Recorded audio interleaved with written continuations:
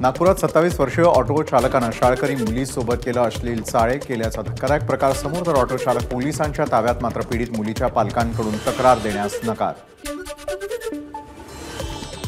मुंबईच्या बोरिवली पश्चिमेमध्ये शेअर रिक्षामध्ये रिक्षाचालक आणि सहप्रवाशाकडून महिलेचा विनयभंग.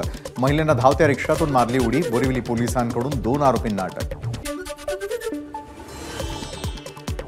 पुण्यामध्ये गाडीची लाईट चमकवली म्हणून 20 जणांच्या टोळक्याकडून 2 तरुणांना बेदम मारहाण. कोंढवा परिसरातली घटना. पुण्यामधील सीओईपी कॉलेजच्या हॉस्टेलमध्ये विद्यार्थिनींचे चोरून फोटो व्हिडिओ काढल्याचा प्रकार समोर. या प्रकरणी 2 जणांविरोधात गुन्हा दाखल. गोंदियाच्या सूर्यटोला जळीत कांडातील आरोपी किशोर शेंडेला फाशीची शिक्षा. गोंदिया जिल्हा सत्र न्यायालयाचा निकाल. आरोपी किशोर शेंडेनं मध्यरात्री सासरा पत्नी आणि मुलाला जिवंत जाळलं होतं. पुण्यामधील सराफा दुकानामध्ये जबरी चोरी. येरवडा भागामध्ये असलेल्या सराफा दुकानात 6 जणांनी 25 लाखांचे सोन्याचे दागिने केले लंपास. पानटपरी दुकानदाराशी किरकोळ कारणावरून वादावादी. हातामध्ये कोयते घेऊन दहशत माजवण्याचा प्रयत्न. पुण्यामधील मोहम्मदवाडी परिसरातली घटना.